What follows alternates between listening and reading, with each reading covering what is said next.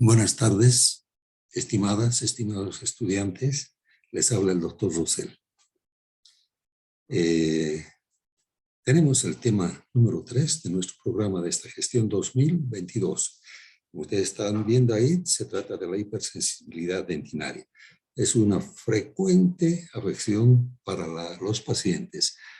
Aquí entonces empezamos indicando que la hipersensibilidad dentinaria se caracteriza por un dolor intenso, como se ve en la imagen de esta paciente, cómo se está quejando del dolor por la simple hipersensibilidad dentinaria. Evidentemente es de corta duración, pero es muy profundo. Está asociado principalmente a la exposición de la dentina en respuesta a estímulos térmicos, o sea, un paciente se sirve algo muy frío o algo muy caliente e inmediatamente esa reacción le viene y el paciente aqueja dolor. Luego, sensaciones táctiles. Por decir, hay una retracción gingival, una recesión, hay una exposición dentinaria y si nosotros tocamos con la uña esa zona, inmediatamente vamos a percibir esa sensibilidad. Luego osmóticos, problemas que vienen lógicamente y de internos de la pieza dentaria. Químicos o deshidratación que no pueden atribuirse a otra alteración o enfermedad. Entonces, a los químicos se refiere por decir cuando nosotros introducimos un alimento muy ácido, inmediatamente se va a sentir esta hipersensibilidad. Lo mismo cuando hay deshidratación, el paciente deshidratado tiene predisposición más frecuente para esta reacción dolorosa. Acá vemos, la hipersensibilidad dentinaria se inicia a causa de diferentes estímulos que desencadenan la actividad hidráulica de la dentina, excitando las terminaciones nerviosas en la periferia de la pulpa, según preconiza la teoría de la hidrodinámica.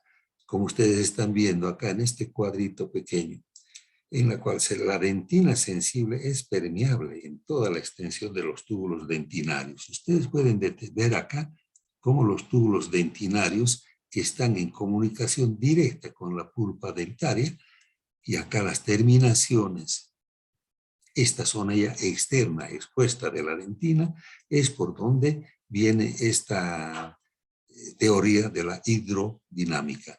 Entonces acá cuando el paciente una reacción táctil o un líquido, el térmico, podamos decir, por estas zonas donde ingresa la sensibilidad a las terminaciones. Las terminaciones no llegan hasta afuera, pero cuando hay exposición y estos túbulos dentinarios están abiertos, es ahí donde se va a percibir la sensibilidad dentinaria.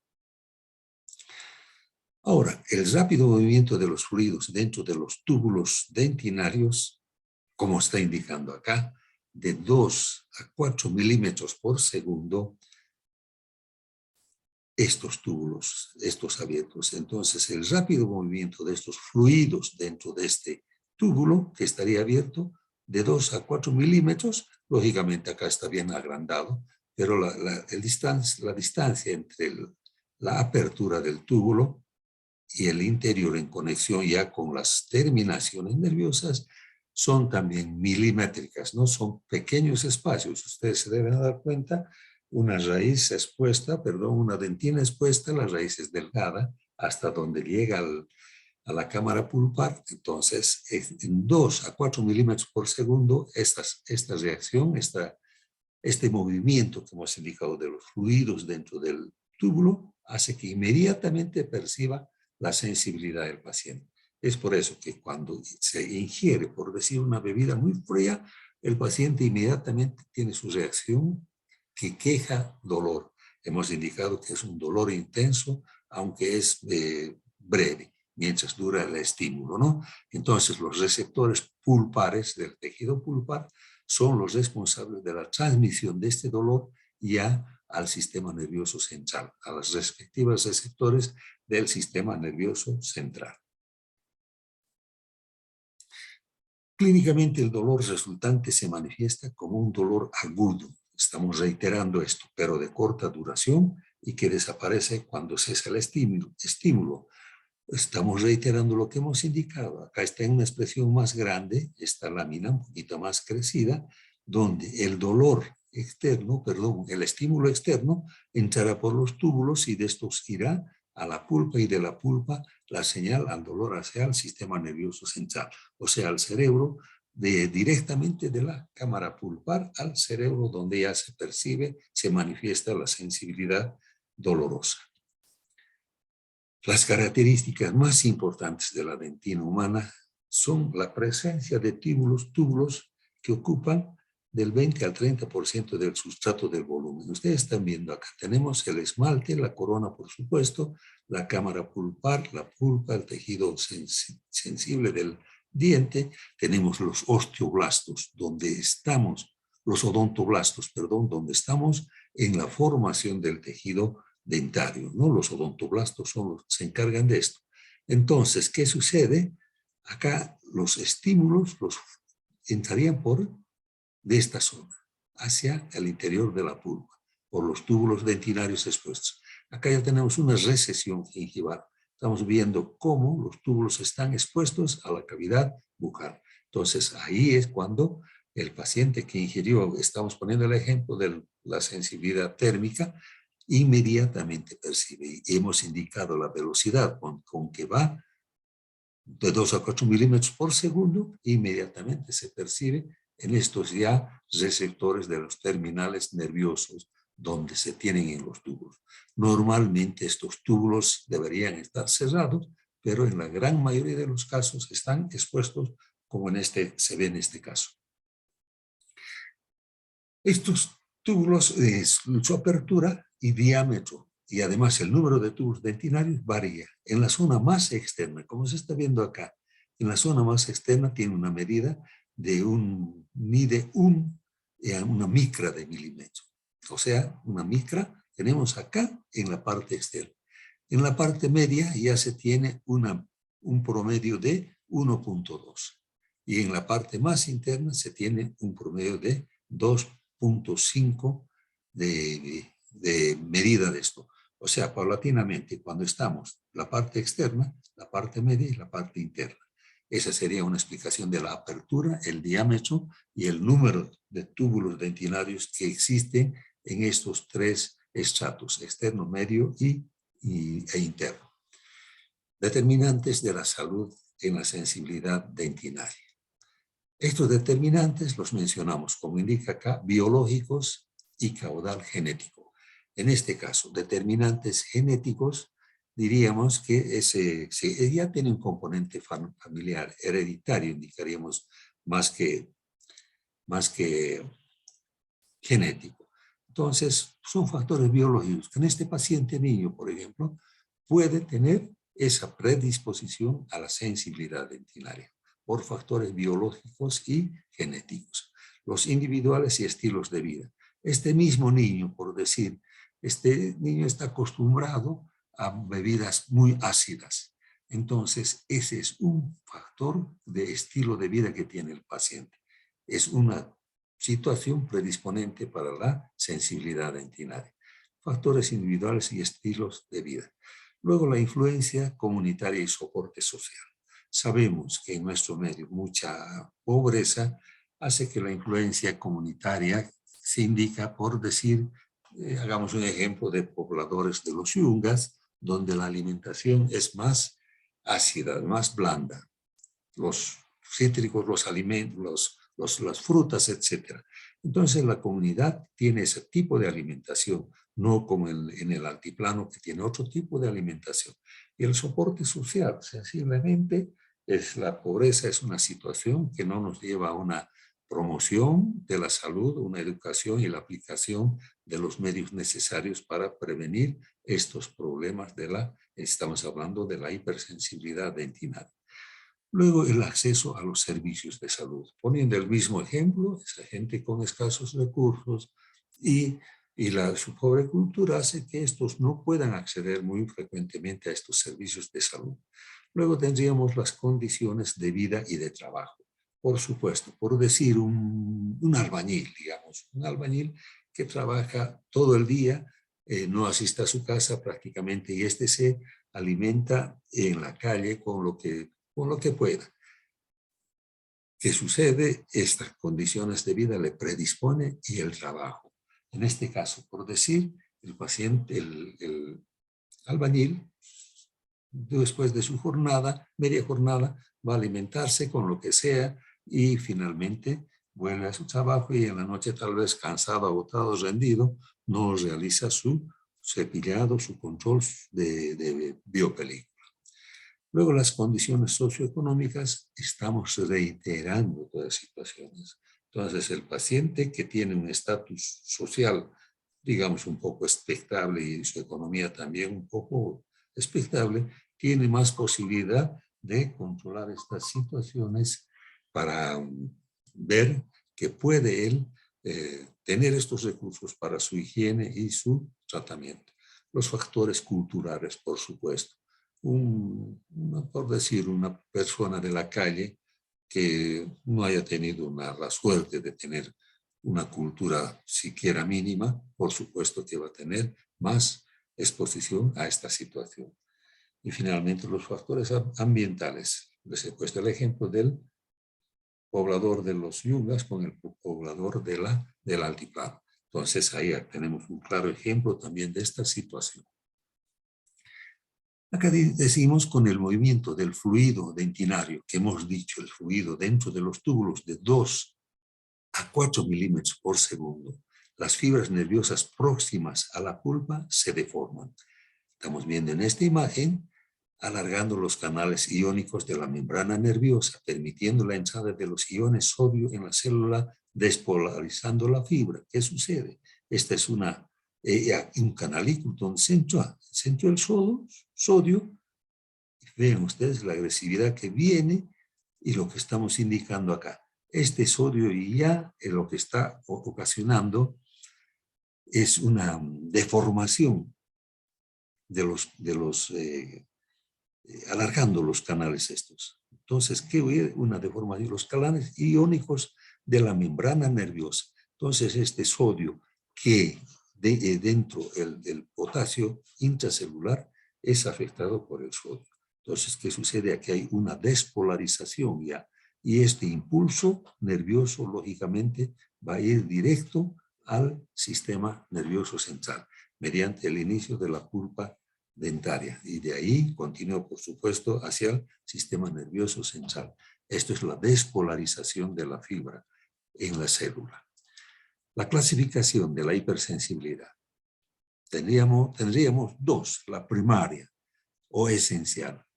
Esta hiperestesia dentinaria intervienen factores anatómicos predisponentes, o sea que aquí ya vemos que el paciente tiene una anatomía, por decir, una giroversión o es muy extrusión de alguna pieza, en fin, factores anatómicos que predisponen y además somáticos y psíquicos que predisponen a esta hiperestesia dentinaria primaria. Entonces son desconocidos que influyen en el dolor dentinario. Como está indicando acá, podríamos afirmar aquí que en este tipo de dolor no ha habido maniobras terapéuticas de ningún tipo. O sea, esto se ha presentado simplemente porque este factor anatómico ha hecho que estos túbulos estén expuestos. Están expuestos a la cavidad bucal. Entonces, ¿qué sucede? Directamente de acá se va a transmitir la sensibilidad dentinaria, la hipersensibilidad dentinaria. Entonces, acá no ha habido ningún tipo de maniobra terapéutica, no ha intervenido el profesional para realizar alguna actividad. Esa es la hiperestesia dentinaria primaria. La hiperestesia dentinaria o secundaria, acá ya se habla, aunque los síntomas serán los mismos, la sensibilidad a los cambios térmicos estamos poniendo del ejemplo, las causas son diversas y múltiples. En general, se considera que en el diente o dientes que manifiestan dolor, ha habido intervención por parte de un operador o bien la debida patología dentaria. ¿Qué quiere decir esto? Que seguramente ha habido cierta, como estamos viendo en este caso, y hay cierta recesión. Acá puede ser simplemente el factor primario. Pero en este caso podríamos ver que ya hay un proceso carioso y que el operador haya obturado esto, por decir. Una caries cervical que lo haya obturado acá, que hace que los túbulos dentinarios evidentemente los ha obturado dependiendo con qué material, y se va a presentar la hipersensibilidad dentinaria secundaria. En este caso, por decir una pequeña caries superficial, es preciso rasparla y superficialmente hacer raspado y con una cirugía cubrir esa caries para que no se tenga que hacer una obturación, para no estar entrando en la hipersensibilidad dentinaria secundaria. ¿A quiénes afecta? Aproximadamente 1 de 4 adultos experimentan esta hipersensibilidad. Aquí dice cerca de 40 millones de adultos la sufren de manera crónica, es cierto, porque los adultos ya van presentando exposición radicular, ya tienen recesión, entonces acá ya se presenta ya con toda seguridad la exposición de estos túbulos dentinarios que van a afectar a los pacientes. La hipersensibilidad, ¿a qué dientes afecta? En el caso general hemos dicho a los adultos más que a los niños. En los niños sabemos que sus cuellos dentinarios están cubiertos por la encía, por la periodonto de protección, así que no existe problema. En cambio, en esta otra zona tenemos a los dientes que afectan. ¿A qué dientes? El 38% de afectaciones son en premolares. Los premolares son los más expuestos para la hiperestesia dentinaria. Estos son, en estas piezas se va a presentar una exposición mayor, una recesión gingival, donde va a hacer que haya exposición de túbulos, o sea que es un porcentaje de 38%. Ya en los incisivos, en las piezas anteriores, son ya en un 26%, en los caninos un poquito menos, 24%, y en los molares es un poco más, menos, incluso mucho menos, un 12%. A esas piezas son las que afectan en ese porcentaje la hipersensibilidad dentinaria.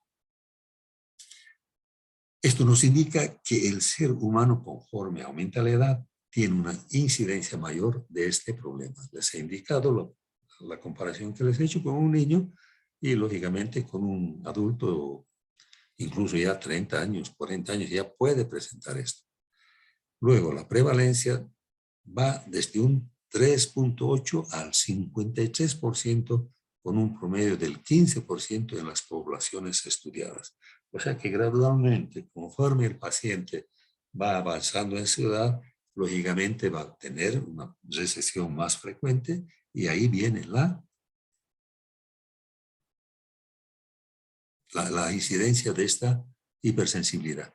Entre las personas estudiadas se encuentran más afectadas las comprendidas entre 30 a 40 años. Ustedes pueden ver, las más afectadas de 30 a 40 años. Entonces, ¿qué significa? Que en estos casos ha habido más exposición de estos túbulos dentinarios y después de esta edad, estos túbulos pueden ir obturándose por sí o con tratamiento.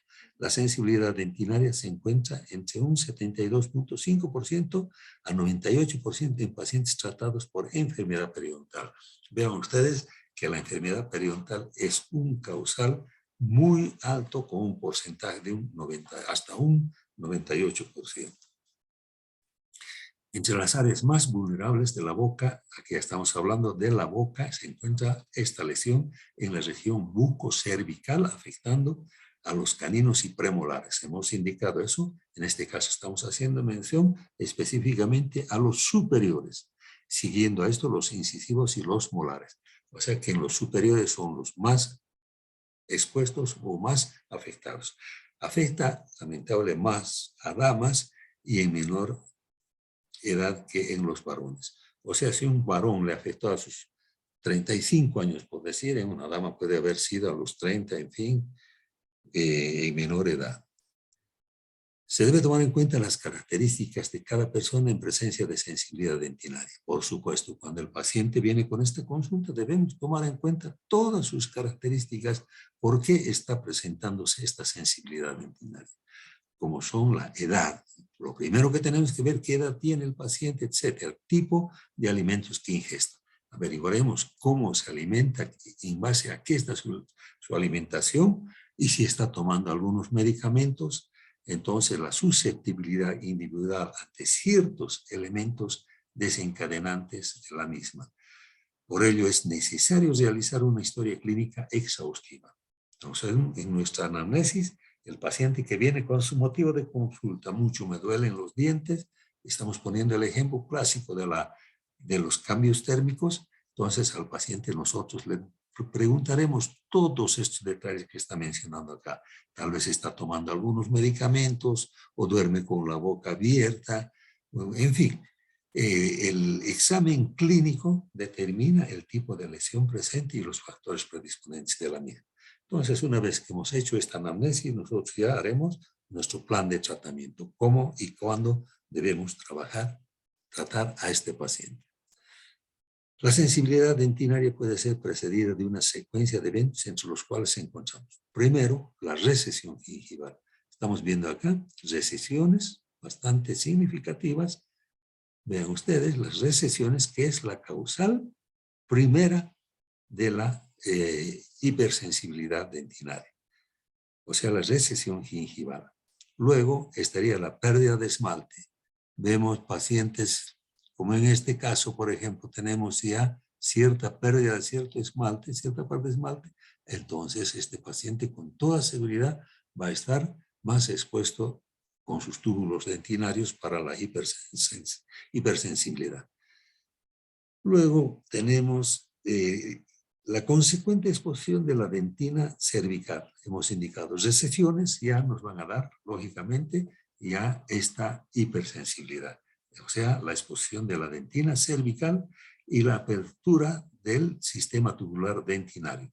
Acción de los agentes irritantes, por supuesto, agentes irritantes van a contribuir a esta acción de la reacción de hipersensibilidad y la respuesta fisiológica del organismo al estímulo, siendo esta respuesta el dolor. Hemos indicado, acá pueden ver ustedes una gran recesión, una exposición de dentina y cemento. Este paciente con toda seguridad debe adolecer. Les indicaba hace rato que acá, si es posible hacer una reposición gingival de esta recesión, es preferible ese tratamiento con un injerto libre o de reposición coronal. En fin, nosotros podemos cubrir esto limpiando bien estas pérdidas dentarias, y se soluciona al paciente, lógicamente indicándole su técnica de cepillado, etcétera, cómo él debe tratarse. Pero si se da el caso de hacer una restauración de operatoria, ni modo. Pero tenemos que saber qué medicamentos utilizar o aplicar en cada caso. Los factores de riesgo, la edad, hemos indicado, niños no tienen prácticamente, ya mayores hemos indicado desde qué edad pueden tener ya esta afectación. Bueno, la enfermedad periodontal es otro factor predisponente. Hemos indicado que hasta casi un 98% de enfermedad periodontal es causal de la hipersensibilidad dentinaria. Defectos anatómicos de las piezas dentarias. Como vemos, por decir, hay piezas que puedan estar en giroversión con toda seguridad o tienen una mala formación, etcétera, son factores predisponentes para la hipersensibilidad. Luego, la oclusión no fisiológica.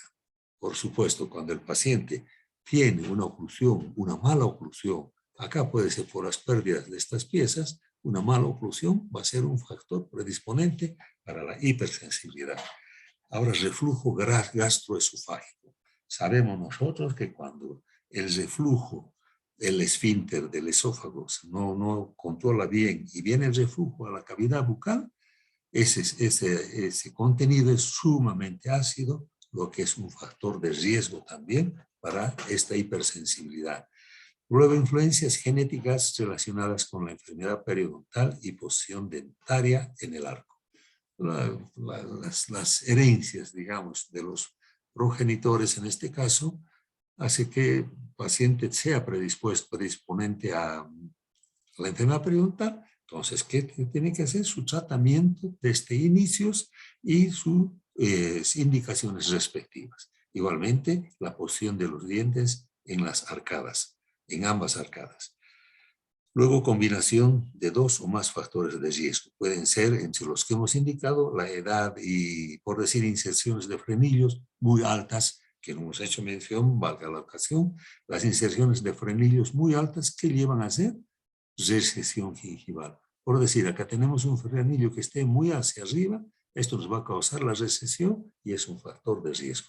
Entonces, la edad más la inserción de frenillos, digamos, ya sería un factor, una combinación de dos o más factores de riesgo. Son factores de riesgo por los que estamos haciendo mención. Luego, enfermedades autoinmunes crónicas y endócrinas. Todas esas situaciones son factores de riesgo para la hipersensibilidad, la hiperestesia dentinaria. Aquí podemos ver todas estas zonas donde lamentablemente hay mucha recesión, la enfermedad periodontal bastante significativa que podría haberse logrado no llegar a esto con el paciente, su propia iniciativa del cuidado de la boca. Eliminación de la placa bacteriana, etcétera, se podría haber evitado esto. Aquí ya vemos con pérdidas, ya acumulación de cálculo, etcétera, todas esas situaciones. Estamos viendo acá que hay una gran acumulación de cálculo con lesión de furca, etcétera, que ya son factores que nos llevan a la... Aquí ya estamos hablando de factores predisponentes, es otra cosa. La erosión dentaria por consumo de alimentos y bebidas con pH ácido. Este desgaste que se llama la erosión dentaria es por esto, por las bebidas con pH ácido y por tratamientos con radioterapia. Estos pacientes que lamentablemente pueden estar necesitados de este tratamiento de radioterapia, sensiblemente van a presentar este factor predisponente que es la erosión dentaria. La erosión es un desgaste que se presenta en la zona cervical. La hipoplasia, hipocialía. La hipocialía es una, ¿cómo decir? La poca salivación en pacientes que toman anticolinérgicos. Estos pacientes que están con este tratamiento, entonces van a presentar necesariamente la serostomía. A eso se refiere la hipocialía, o sea, la poca secreción salival que lleva finalmente a este extremo de la serostomía, donde se puede decir ya al paciente con boca seca.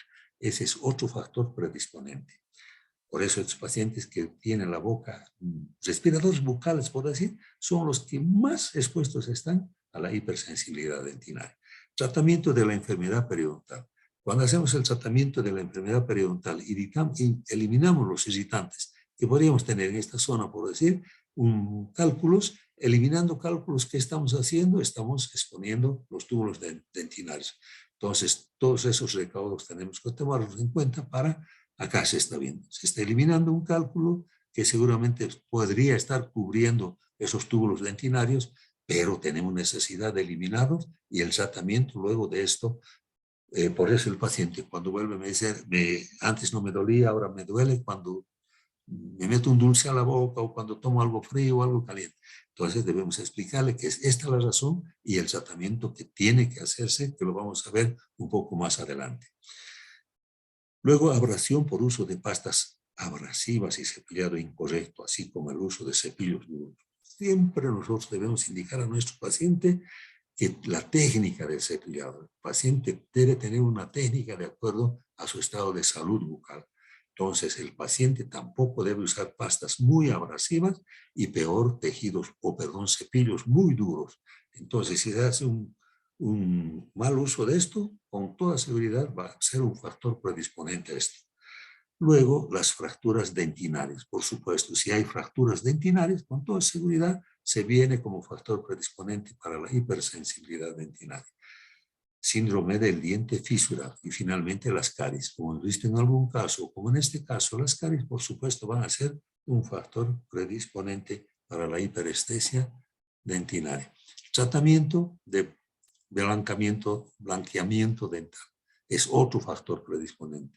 Cuando el paciente, nosotros queremos hacer, acá se está haciendo un tratamiento, lamentablemente este también es un factor predisponente. Debemos tomarlo en cuenta siempre antes de planificar nuestro tratamiento. Trauma de oclusión, bruxismo. Estamos viendo acá este paciente bruxómano con toda seguridad presentará también trauma de oclusión que igual resulta ser un factor predisponente. Luego, el mal diseño de prótesis removibles. Pacientes que puedan haber tenido necesidad de restauraciones, si no se le hace una buena planificación, un buen diseño, las prótesis removibles van a ser un causal de esta afectación. Luego, el uso de hilos retractores. Para tomar impresiones, mayormente los rehabilitadores utilizan hilos de retracción para tomar la impresión.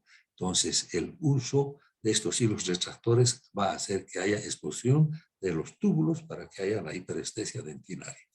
Luego, tratamientos ortodónticos agresivos. Cuando el ortodoncista realiza movimientos muy rápidos, muy acelerados, también va a entrar, va a incurrir en la expulsión de los túbulos y la hipersensibilidad dentinaria. Tallado de las piezas dentarias es otra causal. Nosotros sabemos que siempre debemos respetar el espacio biológico. Entonces, este espacio biológico no es respetado al al tallar la pieza para una restauración, con seguridad es ya un factor igual predisponente. Sobre contorno de prótesis fija. Cuando la prótesis debe continuar insensiblemente con la anatomía de la pieza dentaria. Pero si hay una sobrecontornación o una sobreposición de esta restauración, con seguridad la recesión, la exposición de los túbulos y la hipersensibilidad. Luego, restauraciones inadecuadas con filtraciones. Lógico, si no se ha realizado un buen empaquetamiento del material de obturación, con seguridad va a haber infiltración y esto va a dar lugar a la hipersensibilidad. Finalmente, contaminación bacteriana de preparaciones cavitarias. Cuando no se ha realizado una buena eliminación de las caries, es otro causal. Instrumentos de diagnóstico. Hemos indicado el táctil. Hemos indicado cuando hay cierta recesión, tocarse con la uña esa recesión, inmediatamente se percibe la hiperestesia. Luego, el chorro de aire. Cuando soplamos, no hay que soplar muy fuerte. Soplamos con aire o al paciente decirle que respire por la boca, el paciente inmediatamente reacciona con esa hiperestesia. El agua fría lo mismo, echamos un poco de agua fría y vamos a provocar dolor intenso inmediato. Y eso, lógicamente, al paciente le duele y nos llega a tomar cierto odio en ese momento, ¿no? Otros test térmicos, como ser, por ejemplo, qué decir, a veces por ver la vitalidad de la pieza utilizamos un trozo de gutapercha, lo calentamos y presionamos, al paciente le vamos a provocar dolor. Todas esas cosas son los exámenes, instrumentos, recursos de diagnóstico. Luego el sondeo periodontal. Cuando introducimos nuestra sonda periodontal, también el paciente aqueja de esa sensibilidad, de esa hiperestesia. Luego las radiografías se tomarán si es necesario para verificar nuestro diagnóstico que estamos realizando. Luego el test de percusión o evaluación de la oclusión. Cuando se hace la percusión, también el paciente nos puede indicar que le duele. Entonces ahí nosotros, si hacemos una radiografía, vemos que no hay problema periodontal, debemos pensar ya en la hiperestesia dentinaria. Aquí estamos hablando, ¿la historia de su paciente es compatible con la hipersensibilidad dentinal? Sí, cuando confirme el diagnóstico de su paciente. Recuerde la definición de la hipersensibilidad dentinaria. Todo lo que hemos hablado, nosotros tendríamos que aplicar para ya decir que es un paciente con hipersensibilidad dentinaria. Cuando no, entonces el diagnóstico incompatible con la hipersensibilidad dentinal. Investigue otras causas, trate otras causas. O sea que nosotros vemos que no es hipersensibilidad dentinaria, entonces tenemos que ver de qué se trata, cuál es la causa, cuál es el problema. Las medidas preventivas comunitarias. Por supuesto, esto lo conocemos, no está de más siempre mencionarlo, evitar el consumo exagerado de bebidas carbonatadas. ¿Cuáles son estas? Principalmente las gaseosas. En escuelas, colegios, universidades, centros de trabajo, etc. Lamentablemente, incluso yo en este momento estoy tomando una Coca-Cola que estoy indicando que no debemos hacerlo, pero hasta uno lo hace, ¿no? Por el deseo, en fin, la sed, pero hay que tratar de evitar este consumo exagerado. dar tiempo necesario para la higiene oral en escuelas, colegios, universidades y centros de trabajo. Se debe tratar de dar en toda institución el tiempo para la higiene oral. Ahora, esa higiene no se la puede hacer inmediatamente de haber ingerido, ¿no? Pero se da un tiempito para esto. Fortalecer la educación en salud oral en la técnica del cepillado adecuado y el uso de cepillos suaves con puntas redondeadas. Eso tenemos que indicar siempre al paciente qué técnica debe usar y qué cepillo debe usar. Y las puntas de las cerdas no deben ser agudas, deben ser puntas redondeadas, romas.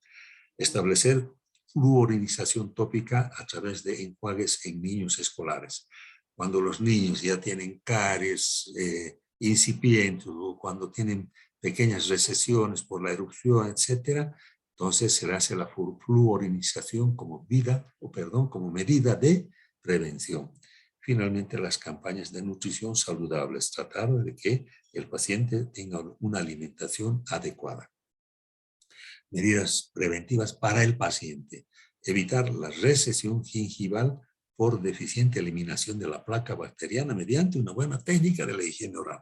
Entonces, nosotros le indicaremos que se cepille siquiera 2 veces al día durante 3 minutitos, que le dé su tiempo para eliminar esa placa bacteriana, esa biopelícula que es la causa del problema. Evitar el uso de gran cantidad de pasta dental.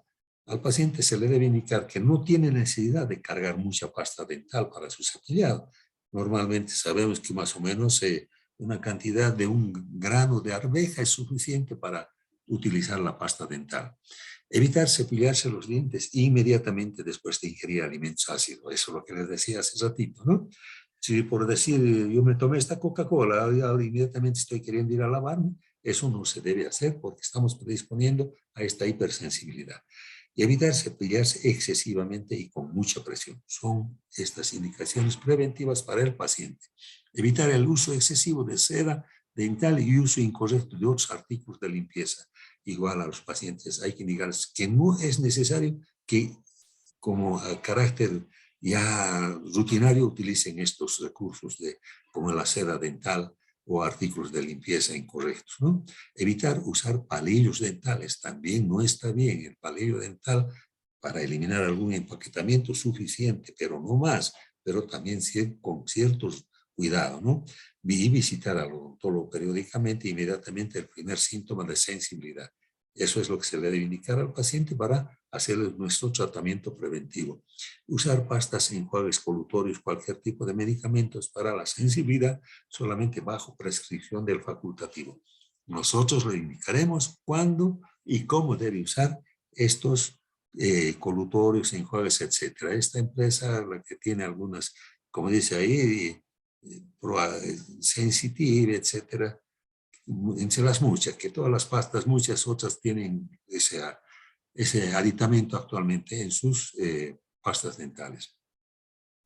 Esas eran las medidas para el paciente. Ahora las para el odontólogo. ¿Qué hacemos? Evitar excesiva instrumentación en las superficies radiculares mediante el destartraje y alisado radicular. ¿Qué significa esto? Nosotros eliminamos el irritante local, el cálculo, hacemos un ligero alisado y punto. No debemos seguir raspando y raspando, eliminando tejido cementario o dentina, etcétera. Evitar eso. Evitar el exceso de pulido al eliminar. Igual, si hemos limpiado bien, evitando lo primero, el raspado muy excesivo, tampoco debemos hacer lo mismo con el pulido para eliminar manchas remanentes. Luego, evitar la violación del epitelio de inserción del ancho biológico durante la compresión de los márgenes de la corona. Lo que les indicaba hace un rato, el espacio biológico está conformado por la inserción del epitelio de unión y la inserción que va al tejido gingival. Eso se debe respetar, ese espacio, pero muy rigurosamente. Tenemos que tratar de que eso sea cuidadosa tanto en el restaurador como en nuestro caso. Todos debemos respetar el espacio o ancho biológico. No utilizar hilos de extracción gingival en los procedimientos de toma de impresión. Lo que les decía hace un instante, ¿no? Debemos tratar de evitar o evitar a los restauradores el procedimiento del hilo dental, del hilo de extracción gingival. Luego, evitar quemar el tejido gingival durante el procedimiento de blanqueamiento, ¿cierto? Cuando se hace el blanqueamiento, debemos tratar de que se respete el tejido gingival siempre. Cuando hacemos el pulido, respetamos el tejido gingival. Y cuando se hace el blanqueamiento, por supuesto, también debe ser el mismo caso. Luego, identificar adecuadamente las lesiones y los factores predisponentes que la causaron. Tenemos que analizar por qué, para qué y nuestro tratamiento realizarlo. Controlar la sensibilidad bajo tratamiento clínico utilizando los diferentes productos de uso profesional según el caso. Entonces hemos indicado que tenemos que tener todos los recursos necesarios que no laceren, que no provoquen dolor. Luego, prescribir tratamiento adecuado para el paciente en el uso de pastas y enjuagues desensibilizantes comerciales, como está indicando acá. Prescribir cepillos suaves, que estamos reiterando también, con puntas redondeadas y establecer protocolos adecuados en cada caso individualmente. Tratamiento de la sensibilidad, acá tenemos, como se está viendo, el caso de esta crema dental con componentes aquí. Lo primero que se debe realizar el odontólogo es identificar la lesión y establecer un diagnóstico adecuado.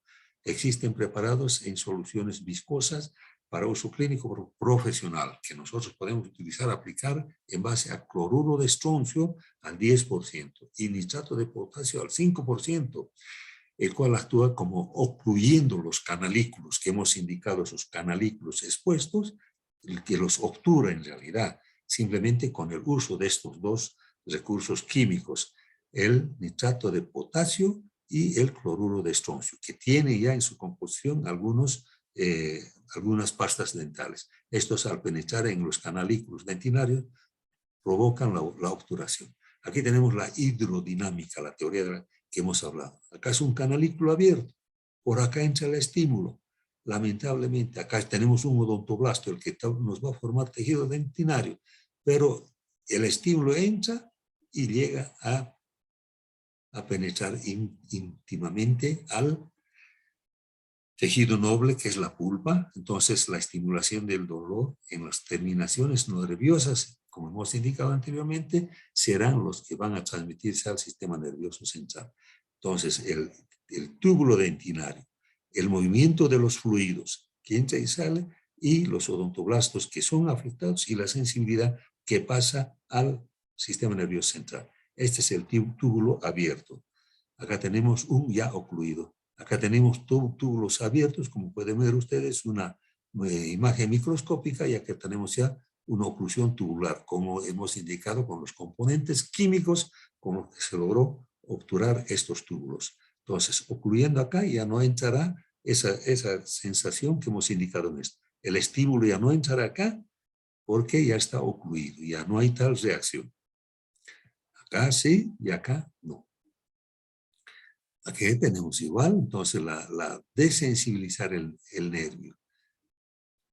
Lo que hemos indicado en el anterior, aquí estamos viendo, y acá estamos viendo sellar los túbulos. Ya están tapados esos túbulos, ya no hay el estímulo que ingrese adentro. Ahora la oclusión tubular. Estamos viendo acá qué medidas. El fluoruro de estaño es una crema dental o en gel o en enjuague. Después el fluoruro de alta concentración que viene en barniz o gel. Las precipitaciones de sales como el fosfato de calcio, silicatos, hidroxiapatita, materiales restauradores, adhesivos, resina y el láser. Esas son las con los que se puede ocluir los túbulos dentinarios. Y acá tenemos la teoría de la porproarginina, que es utilizada ya en algunos, en este caso este famoso Colgate tiene ya el Colgate ha utilizado esta tecnología y ha logrado productos de cuidado oral innovadores con la introducción de la pasta pulidora desensibilizante. Es una pasta que ya se puede aplicar, es un avance en el alivio de la hipersensibilidad dentinaria. Está basado en un proceso natural de oclusión del túbulo dentinario, lo que ayuda a bloquear el impulso doloroso que estamos mencionando durante este análisis que hemos hecho anteriormente. ¿Qué es la arginina? Esta es la arginina que tiene algunas pastas dentales. Es un aminoácido básico con carga positiva. Se encuentra en la saliva y es compatible con el ion flúor. se absorbe sobre la superficie del carbonato de calcio, ambos cargados positivamente, y se depositan en la dentina cargada negativamente. Ustedes saben que polos opuestos se atraen, entonces esta arginina, que es compatible con el ion flúor, entonces se va a adosar por la diferencia de positiva o negativa, se va, penetran en este sentido en los túbulos dentinarios así automáticamente. Entonces acá tenemos el abierto y acá tenemos por acción de la arginina los túbulos cerrados donde ya no va a haber la hipersensibilidad dentinaria. Aquí más o menos estamos viendo cómo este túbulo está siendo obliterado, obstruido, obturado por este procedimiento. Acá tenemos una secuencia, vemos los túbulos dentinarios muy abiertos. Con nosotros el tratamiento tenemos que ya se van obturando, se van tapando. Acá tenemos al minuto ya de la aplicación ya se tiene mejor. Finalmente acá a las 24 horas ya se tiene más obturación, de tal manera que el paciente gradualmente irá percibiendo ya que esa hipersensibilidad va desapareciendo. Acá tenemos la obturación, acá tenemos un corte sagital donde vemos cómo se ha obturado este conducto dentinario. Esa es la forma más o menos en que se logra esto. Y acá tenemos también ustedes casos de gran recesión, exposición dentinaria, exposición cementaria, todo lo que estamos viendo y los tratamientos respectivos que se realizan. Acá estamos viendo el uso de hilo, etcétera, cosas que acá se está viendo tal vez una obturación si es posible. Si no es posible, les reitero, el injerto gingival. Acá estamos viendo la aplicación, cómo se está haciendo la aplicación de estos ácidos grabadores, qué sé yo, los desmineralizantes que van a ocasionar más hipersensibilidad. Tipos de lesiones cervicales se indican acá las lesiones cariosas, las que por caries hay esta hipersensibilidad. Las no cariosas, entre estas la abrasión, la abfracción y la erosión. Esto está equivocado, no es anfracción, ab con B grande, abfracción. Lesiones cervicales, la pérdida patológica de la estructura dentinaria localizada en el límite amelocementario, es ahí donde estamos viendo en la zona cervical, no respondiendo a una etiología bacteriana. Lesiones cervicales no cariosas, estamos hablando donde no hay caries. Estas se presentan en una cantidad variada de formas con o sin sensibilidad. Entonces, en estas zonas cervicales es donde hay mayor presencia en el límite amelocementario, como estamos viendo acá. Los antecedentes vemos que la dieta, el estilo de vida, estrés, hábitos de cepillado dental, el consumo de bebidas deportivas carbonatadas o ácidas, que lo hemos indicado ya. Ahora acá tenemos los desgastes, la erosión. La erosión dental es la pérdida del epitelio dental de forma química. La erosión, eso tienen que tomar en cuenta que es de forma química debido principalmente a una dilución ácida. Hemos hablado de los carbonatados, de ácidos, etcétera, que es la que ocasiona este desgaste dentario cervical. Es en el cuello la erosión dental. La abrasión es otro tipo de desgaste, es el cepillado, que ha sido siempre considerado el factor etiológico principal de las abrasiones dentales y recesiones gingivales. La mala técnica de cepillado, un cepillado muy enérgico, un cepillo muy duro, etcétera, lo que nos va a ocasionar la abrasión dental. Y finalmente la abfracción dental, que es la que se presenta por fuerzas oclusales. Estas fuerzas han sido catalogadas dentro de las causas de la abfracción. La teoría de la flexión del diente pone que la mayoría de los defectos cervicales son debidos a la acción de fuerzas oclusales excéntricas que provocan que el diente se flexione. Acá podemos ver cómo es esto. Acá, digamos, una fuerza excéntrica puede ocasionar esta pérdida cervical, la abfracción, por fuerzas oclusales. La trisión, el desgaste, sabemos de las piezas por generalmente el bruxismo, la bruxomanía, pero que la repercusión también viene a nivel de los cervicales. Estamos viendo cómo se desgastan los cuellos y que deben ser tratados inmediatamente se detecta. Y finalmente acá tenemos un resumen de la etiología. La erosión está por factores extrínsecos, bebidas y comidas ácidas. Estamos reiterando, exposición ocupacional y medicación oral. Los factores intrínsecos serían la enfermedad gastrointestinal, que hemos hablado del reflujo esofágico, la anorexia, la bulimia, el alcoholismo y la saliva. Esos son factores intrínsecos. En la abrasión, la técnica del cepillado, la frecuencia del cepillado, la fuerza del cepillado, la dureza de las cerdas del cepillo, cepillo manual o mecánico, y finalmente el dentífrico si es muy abrasivo. Y finalmente la abfracción, hemos dicho, hábitos parafuncionales. El bruxismo se está haciendo mención y el estrés oclusal. Hemos dicho fuerzas parafuncionales excéntricas que vienen de las oclusales y repercusión en las cervicales. Eso sería todo en cuanto al tema que está el número 3 de ustedes. Les agradezco su atención. Esto lo vamos a tener colgado ya desde esta noche. Mañana lo tienen en plataforma. Muchísimas gracias. Que les vaya bien. Mucha suerte y cuídense mucho. Gracias. Hasta la próxima.